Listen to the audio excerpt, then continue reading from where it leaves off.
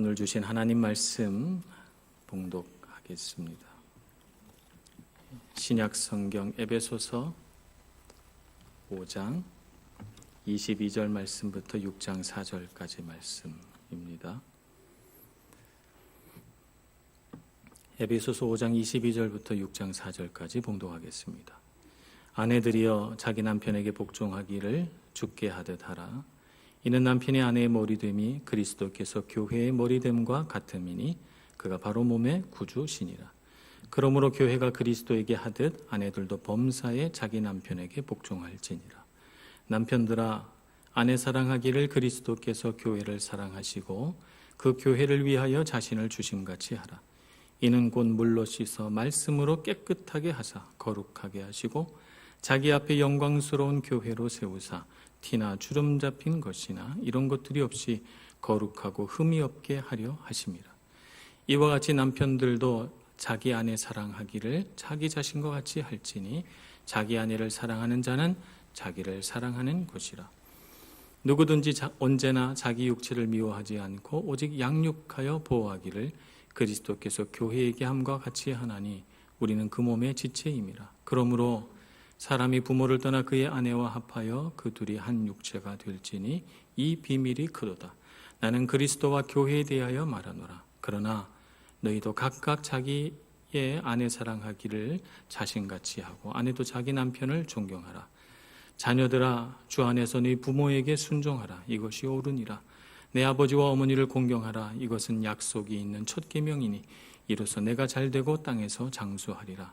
또 아비들아 너희 자녀를 노엽게 하지 말고 오직 주의 교훈과 훈계로 양육하라.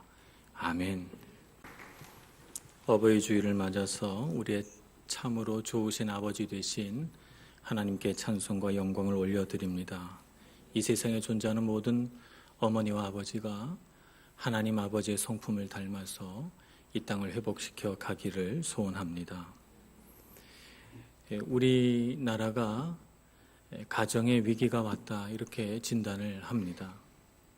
이렇게 진단할 수 있는 객관적인 자료는 이혼율이라고 볼 수가 있겠죠. 자료들 중에 하나가.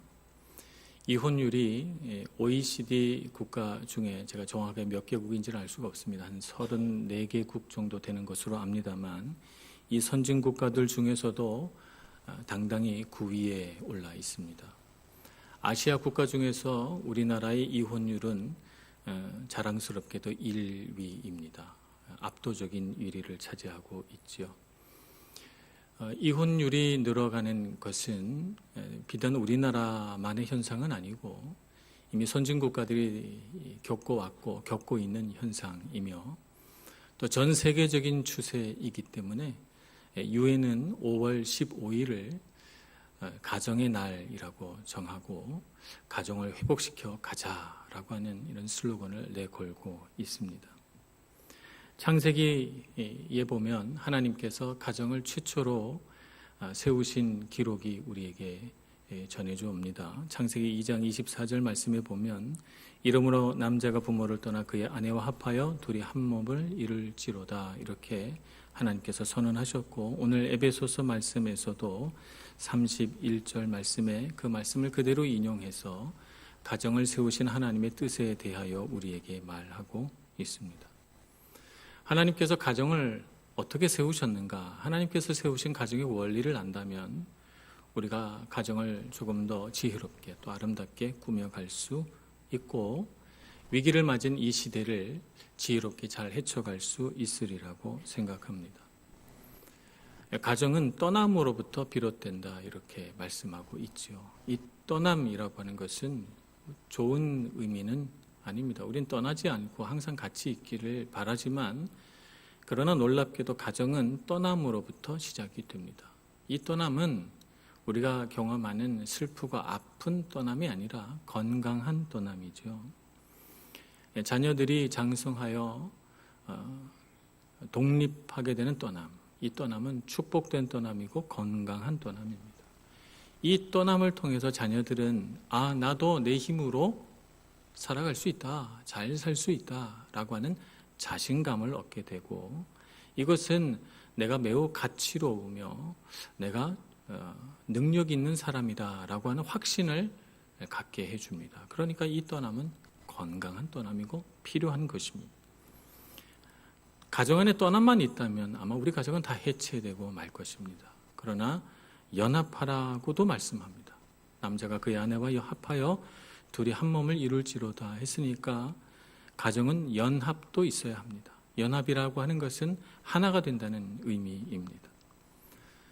모든 것이 하나가 되지요. 삶의 공간도 하나가 되고 그들의 모든 재산도 물질도 하나가 되고 그들이 쓰는 시간, 그들의 인생 계획 모두가 다 하나가 됩니다. 그러나 정말로 하나가 되게 하는 것은 그런 물리적이고 물질적인 것이 아니라 친밀감이죠. 우린 하나야 라고 하는 친밀감.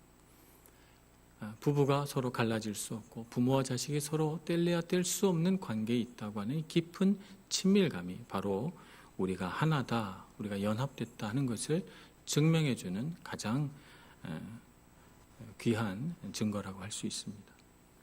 이런 친밀감과 우리는 하나다라고 하는 연합과 일치감 속에서 우리는 무엇을 얻게 되는가? 안정감과 평화와 기쁨 같은 것들을 얻게 됩니다. 그것을 얻음으로써 우리는 이렇게 생각하게 되죠. 나는 꼭 필요한 사람이구나. 우리 가정에 내가 없으면 안 되는구나.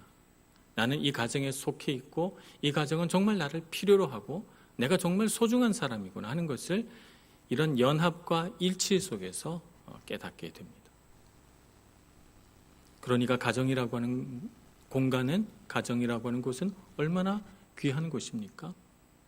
건강하게 떠나고 독립적으로 살아가며 존귀하고 가치로운 사람이고 내가 꼭 필요하고 소중한 사람이라는 것을 깨닫게 해주는, 그것을 배우고 느끼고 알게 해주는 곳이 바로 가정입니다. 오늘날 이 시대에 가정의 위기가 왔다라고 말하는 것은 가정 안에서 배울 수 있는 이 소중한 가치들이 상실되어 가고 있고 파괴되고 있다는 사실을 우리에게 가르쳐 줍니다.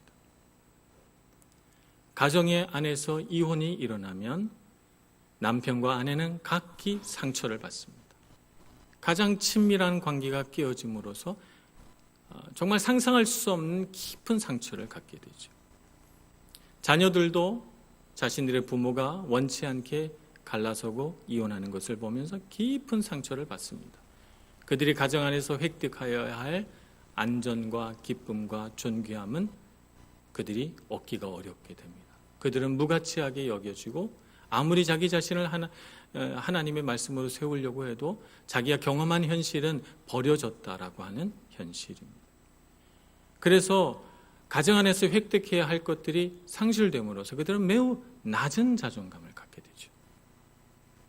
낮은 자존감을 가지고 이 세상에 나와봤더니 가장 친밀한 관계고 가장 소중한 관계 안에서 실패를 경험했기 때문에 세상 사람들과 관계를 맺을 때 금세 두려워집니다. 내가 가정 안에서도 경험했는데, 친밀한 관계에서도 그것을 경험했는데 세상에 나가서 나는 얼마나 더 힘들고 아프고 괴로울까라고 생각하니까 그만 작은 갈등에도 뒤로 물러서게 되고 상처를 받게 되고 돌아서게 되는 것입니다. 그래서 나는 사랑받지 못할 거야 라고 막연하게 가정 안에서 생각했던 것이 세상 속에 가서 그게 맞구나 라고 생각이 돼서 더 많은 아픔을 세상에서 받게 되는 것입니다. 그러니까 가정의 위기란 관계의 위기고, 관계의 위기란 곧 이 사회의 위기라고 볼 수 있고 이 세상의 위기라고 볼 수가 있는 것입니다. 오늘날 우리 한국이, 이 선진국가가, 이 세계가 가정이 파괴되어 가는 양상으로 변해가고 있다는 것은 매우 슬픈 일이고, 그것은 단지 한 가정의 문제가 아니라 우리가 속한 세상의 문제고 사회의 문제라고 하는 것을 알아야 할 것입니다. 그러므로 우리 교회는 어떤 사명이 있습니까? 이 병들고 갈라지고 아픔이 가득한 가정의 위기로 인하여서 촉발된 수많은 상처받은 이들로 인한 그런 아픔들을 치유해야 할 사명이 있는 것입니다. 이것이 우리 교회의 사명입니다. 가정은 하나님께서 만드시고 제정하셨기 때문에 가정을 만드신 하나님의 뜻을 알고 건강한 가정을 이루어서 이 시대를, 이 세상을 회복시켜 가야 하는 것입니다. 하나님께서는 그래서 가정의 모습들을 우리에게 많이 보여주셨습니다. 예수님과 하나님의 관계는 아버지와 아들의 관계입니다. 가정 안에서의 관계이죠. 예수님은 우리와 관계를 맺을 때 예수님은 신랑이라고 표현하시고 우리는 신부라고 표현하셨어요. 그래서 신랑과 신부의 관계 안에 그리스도와 그리스도를 의지하는 교회, 곧 성도와의 관계가 정립이 됩니다. 그래서 그것도 가정 안의 모습입니다.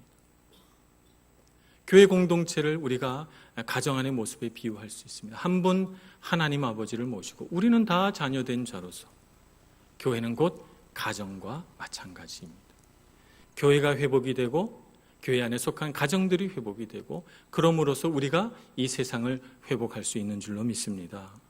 우리가 먼저 하나님께서 가정을 어떻게 세우셨는가 하는 것을 잘 알고 가정에 대한 소망을 회복하고 가정을 바로 세울 믿음과 용기를 가질 수 있기를 소원하는 것입니다.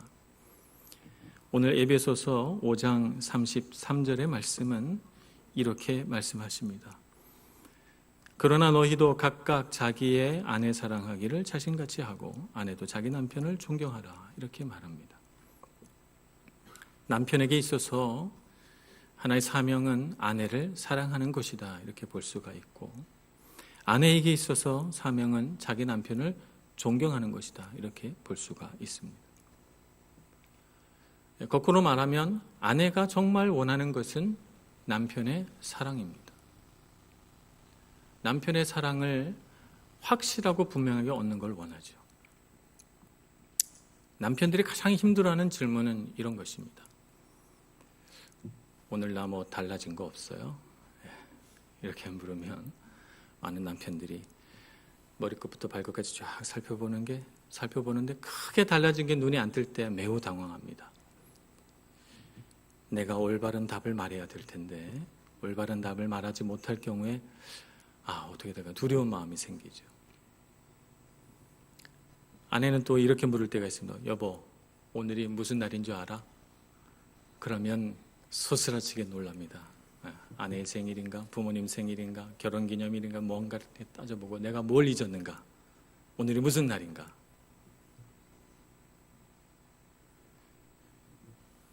아내들이 이렇게 남편들에게 질문하는 이유는 뭘까요? 남편을 골탕 먹이기 위해서일까요? 아니면 남편들의 어떤 관찰력의 부족을 혹은 뭐 이런 것들을 찝어내기 위해서인가요? 아내들의 생각은 이렇습니다. 내가 남편을 사랑하는 것은 너무나도 분명하고 확실한데 남편은 내가 사랑하는 만큼 날 사랑할까? 나는 남편의 감정과 남편의 오늘 스케줄과 남편의 기호와 이 모든 것들이 관심의 대상이고 그래서 남편을 관찰하고 남편이 뭘 원하는지 어떻게 하면 더 편할지 늘 생각하는데 남편은 내 생각할까 하는 것을 생각하는 것이죠. 그런데 여보, 나를 좀 더 많이 사랑해 주세요. 나에게 좀 더 관심 가져주세요. 내가 원하는 건 당신의 사랑이에요 라고 말하기가 어려운 거죠. 그렇게 표현하기란 참 어렵습니다. 그러니까 어떻게 말하는 거예요? 여보, 나 뭐 달라진 거 없어? 이렇게 말하는 거죠.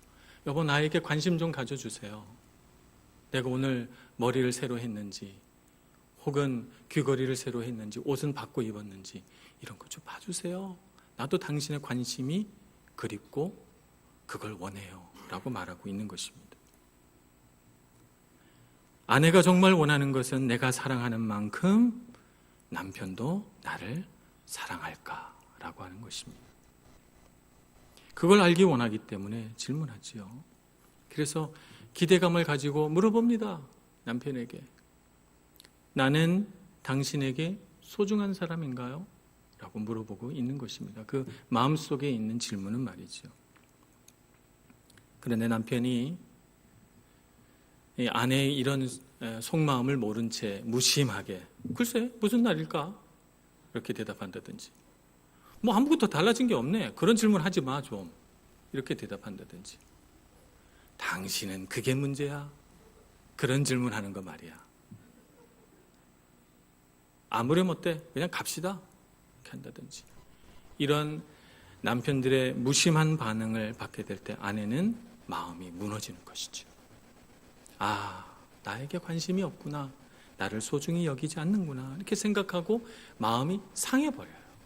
마음이 상하는 것입니다. 이 상하는 마음을 남편들이 얼마나 잘 알고 있을까요? 저를 비롯해서 많은 남편들이 잘 모를 것 같습니다. 얼마나 아내의 마음이 상하는지 말입니다. 아내는 상한 마음으로 남편을 이렇게 봅니다. 나는 이렇게 날마다 남편 생각하는데 이건 정말 불공평하다. 남편은 나에게 관심이 없어. 이렇게 생각을 하고 남편이 무언가 잘못하면 화가 나는 거예요. 그래서 당신 이런 거 잘못했고 당신 이런 거 하지 말았어야 되는데 했고 왜 당신은 맨날 집에 늦게 들어오고 당신은 나보다 사람들 더 좋아하고 이런 말들을 하면서 남편들을 비판하고 비난하기 시작합니다. 결혼하기 전에는 정말 착하고 순결하고 아름답고 천사 같은 아내가 결혼하고 나더니 점점 이상하게 변해갑니다. 왜 그럴까요? 남편의 사랑이 충분하지 않기 때문에 그렇습니다. 나를 사랑해주지 않는다고 느낄 때 아내들은 남편을 존중하거나 존경하고 싶은 생각이 싹 사라져 버립니다. 자, 남편들이 원하는 것은 뭘까요? 남편들은 존경받기를 원합니다. 존중받기를 원합니다. 인정해 주기를 바랍니다. 근데 그거 솔직하게 얘기하기 어렵습니다. 여보, 나를 좀 존경해 줘. 얼마나 유치한 생각, 말처럼 들립니까? 우리 아내들이 남편에게 나 좀 사랑해 줘 라고 말하지 못하듯이 남편들도 동일하게 이렇게 말하지 못합니다. 그러나 마음속으로 날마다 여보 나를 좀 인정해 줘, 여보 나를 좀 존중해 줘 라고 생각하죠. 어느 날 아내에게 멋진 선물을 하나 사갖고 와서 선물했어요. 아내가 딱 꺼내보더니 아 여보 이런 걸 사갖고 왔어. 이 색깔이 나한테 맞는다고 생각해? 여보 지난번에도 이거 똑같은 거 사왔잖아. 이렇게 말합니다. 그 순간 남편은 그 사실과 관계없이 어떤 생각이 드는 거예요? 아내에게 나는 존중받지 못하는 존재구나. 나는 이렇게 하찮은 존재로 여겨지는구나. 이렇게 생각이 드는 것입니다. 어떤 일을 하고 자랑스럽게 집에 들어왔는데 아내가 뭐 그런 거 당신만 해? 세상의 모든 남편들 다 하지. 당신만 잘했다고 착각하지 마. 이렇게 말하는 순간 남편들의 마음은 무너집니다. 인정받고 칭찬받고 존중받기 원하는데 그렇게 되지 못하는 것입니다. 나의 생각, 나의 계획, 나의 결정, 나의 행동 이런 것들이 아내 눈에 참 좋아 보였으면 좋겠어요. 아내에게 환영받았으면 좋겠고 아내가 그런 것들을 칭찬해주고 인정해줬으면 좋겠어요. 그러나 남편이 종종 받게 되는 것은 못마땅하게 여기고 때로는 무시하고 때로는 비판하고 그 가운데서도 부족한 점을 콕콕 집어내는데 그게 정말 정확해서 속상하게 만듭니다. 그래서 남편들이 마음이 상하죠. 이럴 때 남편들이 얼마나 마음이 상하는지 아내들이 알까요? 남편들이 이 상한 마음을 표현하지 못하고 여보 나 좀 존중해줘 라고 말하지 못하면서 속으로 끙끙 앓고 있는 것을 아내들이 얼마나 알까요? 그래서 남편들은 결심합니다. 그렇다면 나도 아내에게 나의 위엄을 보여주고 내가 얼마나 어려운 사람인지 보여줘야 되겠다. 나도 인정받아야 되겠어. 그래서 아내를 멀리합니다. 아내에게 냉담하게 대합니다. 아내가 나를 어려워하라고 말입니다. 존중을 억지로라도 받으려고 하는 것이죠. 이러한 사랑 없는 태도를 보고 아내들은 다시금 깨닫습니다. 내가 원하는 사랑은 나에게 올 수 없구나. 이것이 부부관계에서 일어나는 악순환입니다. 그토록 원하는 사랑을 아내는 받지 못하고 그토록 원하는 인정과 존경을 남편은 받지 못하면서 서로 왜 그렇게 하느냐고 비난합니다.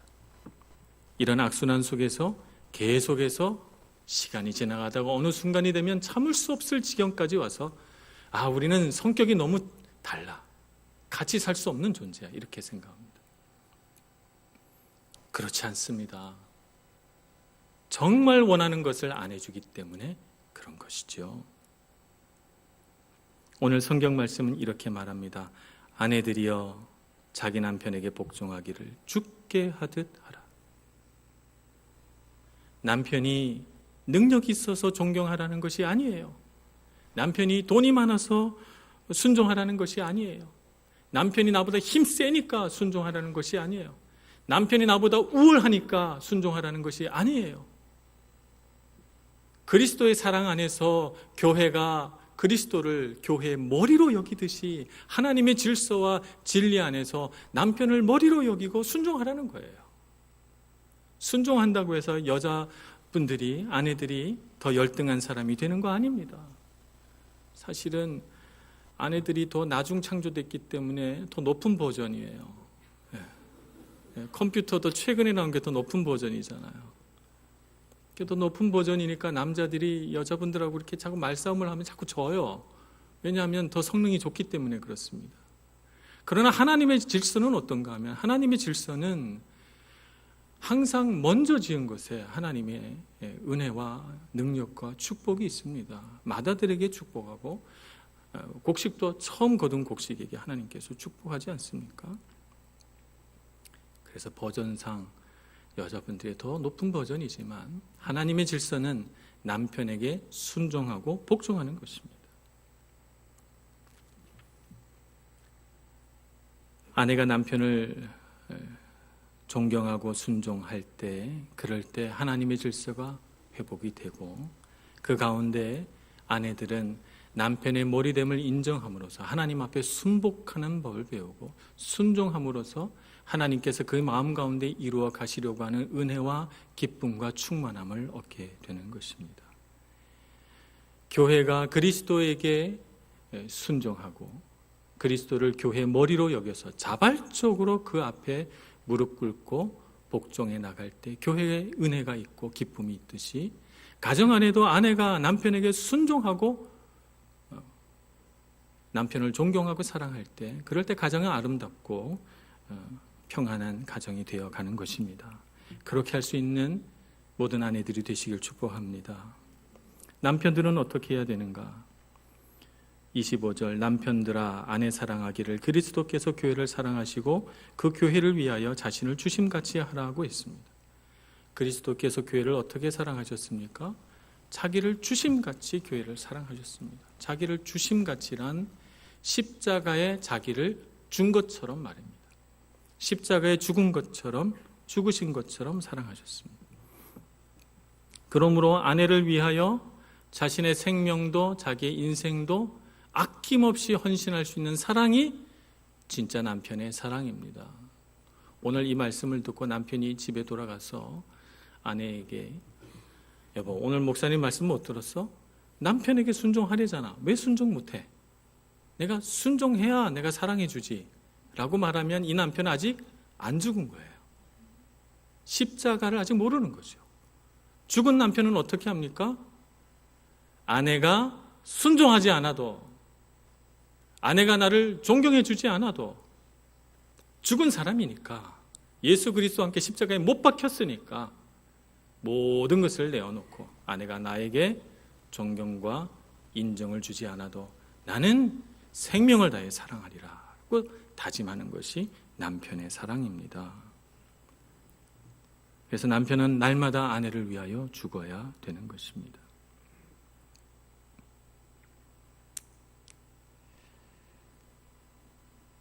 그래서 우리 가정 안에서는 이러한 악순환 고리를 그쳐야 됩니다. 남편이 저를 사랑해 준다면 저도 남편이 인정해 주고 존경할 수 있어요 라고 하는 말이 그쳐야 합니다. 아내가 조금이라도 나를 존중해 준다면 저는 아내를 사랑할 자신이 있습니다 라고 하는 말이 그쳐져야 합니다. 이 말이 가정 안에서 끝날 때 하나님의 나라가 그 가정 안에 세워질 줄로 믿습니다. 남편의 거룩한 부르심은 이것입니다. 아내가 나를 존중하지 않아도 사랑하는 것, 이것이 거룩한 부르심이고, 아내의 거룩한 부르심은 남편이 나를 사랑하지 않아도 존경하기로 결심하는 것이, 그것이 아내의 부르심입니다. 그래서 남편은 이렇게 생각해야 됩니다. 아내가 때때로 자기를 존중하지 않아도 저것은 의도된 바가 아니고 아내가 잘 몰라서 그런 것이고, 그러나 아내 마음속에는 깊이 나를 인정하고 존경하는 마음이 있다 하는 것을 알고, 그냥 저건 속마음이 아니고 그냥 의도치 않게 나오는 말이나 행동일 뿐이야 라고 생각하면서 아내는 나를 인정하고 사랑해. 그러니까 나도 아낌없이 사랑해야지 라고 생각해야 됩니다. 아내는 마찬가지로 남편이 아내를 사랑하는 것 같은 말이나 행동을 보여주지 않아도 아내의 마음속에, 남편의 마음속에 아내를 사랑하는 마음이 가득해 있다는 것을 알고, 아내가 하는 말이나 잘못된 말이나 행동은 의도치 않게 나온 행동이라고 하는 것을 알고 남편을 더욱 존경하고 존중하기로 결심해야 되는 것입니다. 그렇게 해서 그리스도와 교회의 관계와 같이 남편과 아내의 관계가 아름답고 건강하고 복된 관계가 되기를 축복합니다.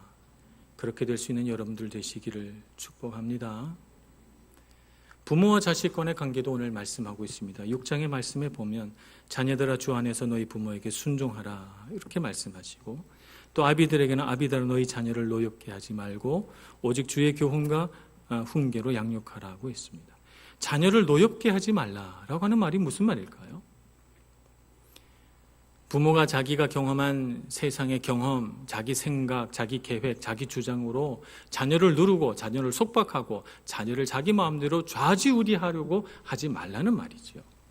그렇게 하면 자녀들의 마음속에 어떤 마음이 올라온다고요? 분한 마음이 올라오고 자녀 마음속에 반항심이 생긴다는 거예요. 그렇게 하지 말라. 그럼 어떻게 해야 되는가? 부모의 권위가 돈에서 나오는 것이 아니고, 부모의 권위가 나이에서 나오는 것이 아니고, 부모의 권위가 힘에서 나오는 것이 아닙니다. 어디에서 오는가? 부모의 권위는 축복에서 옵니다. 축복하는데 부모의 권위가 있는 거예요. 이 세상에서 자녀를 부모보다 더 진실되게 축복할 수 있는 사람이 누가 있습니까? 자녀를 뱃속에 잉태했을 때 우리는 축복해야 됩니다. 하나님, 이 자녀를 축복합니다. 주님께서 주신 생명이오니 주님 이 아들 혹은 딸에게 건강을 주시고 아름다운 성품을 주시고 재능과 은사를 주시고 이 아이가 세상에 태어날 때까지 하나님 안전하게 지켜주시고 우리가 행복한 것처럼 이 아이도 행복하게 해주옵소서. 이렇게 축복해야 되지 않겠습니까? 이 아이가 세상에 태어나면 어떻게 축복해야 됩니까? 하나님 이 작은 발이 인생을 멋있게 걸어가는 튼튼하고 큰 발 되게 해주옵소서. 이 아이가 바라보는 세상은 내가 바라봤던 슬프고 괴롭고 아픈 세상이 되지 않고 멋있고 아름답고 행복한 세상이 되게 해주시고 많은 놀라운 일들을 보며 살게 해주옵소서. 하나님 이 작은 손이 용맹한 장수의 손이 되게 해주옵소서. 축복해야 되지 않겠습니까? 유년기를 지나서 어느새 아이들이 노할 줄을 알게 되고 부모의 명령에 하기 시작할 때 괘씸하네 이 녀석 그렇게 생각하고 회초리부터 찾지 말고 성경에 뭐라고 가르치나 찾아본 뒤에 성경의 말씀을 따라서 하나님의 법은 이런 거란다. 하나님 우리에게 이렇게 가르치셨고 이렇게 살아야만 우리가 행복하단다. 그러니 얘야 너의 생각, 너의 주장대로 살지 말고 말씀 앞에 무릎 꿇고 말씀대로 살아가거라.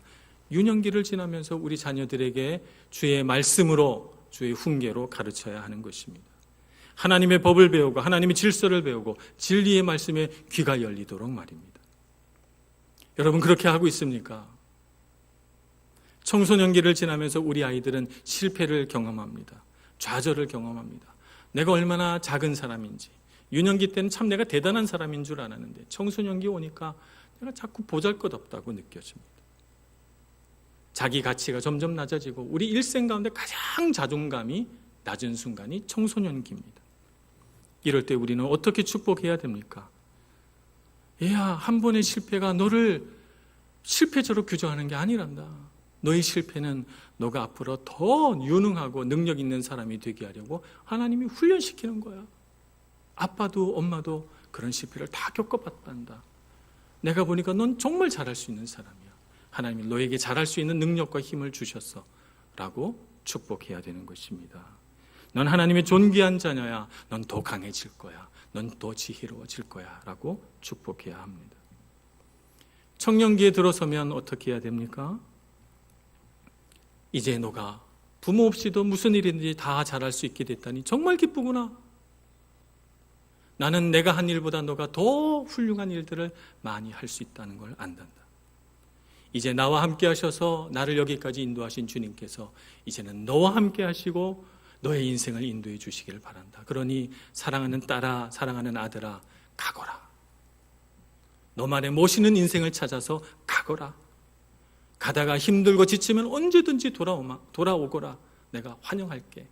나 언제나 너를 환영하고 안아줄 준비가 되어 있단다. 나는 너를 축복한다. 너의 인생이 멋있어질 것이라고 나는 믿는다. 라고 말하는 것입니다. 이것이 부모의 축복이고 부모의 권위입니다. 자녀들은 어떻게 해야 합니까? 자녀들은 순종해야 합니다. 부모를 주신 분은 하나님이십니다. 내가 선택하지 않았습니다. 하나님께서 가장 좋은 부모라고 생각해서 우리에게 주신 것입니다. 그러나 우리가 인생을 통해서 경험하게 되는 것은 하나님이 주신 부모가 완벽하지 않다는 사실입니다. 부모에게도 약점이 있고 부모에게도 죄가 있고 부모에게도 연약함이 있고 부모에게 한계가 있다는 사실을 아는 순간 우리는 실망하고 왜 이런 부모가 나의 부모일까라고 생각하게 되는 것이죠. 세상의 많은 자녀들이 그런 생각을 하는 순간 부모에게 순종하지 않을 수백 가지 이유들을 찾아냅니다. 그러나 부모에게 순종하는 것은 하나님의 뜻입니다. 부모를 주신 분은 하나님이시고 하나님을 두려워하고 하나님께 경배하듯이 우리는 부모 앞에 무릎 꿇어야 하고 부모에게 순종해야 되는 것입니다. 10계명 가운데 4계명까지가 하나님을 향한 계명이고 5계명서부터는 우리 사람을 향한 계명인데 그중에 첫째 되는 계명이 부모를 공경하라입니다. 그래서 오늘 말씀도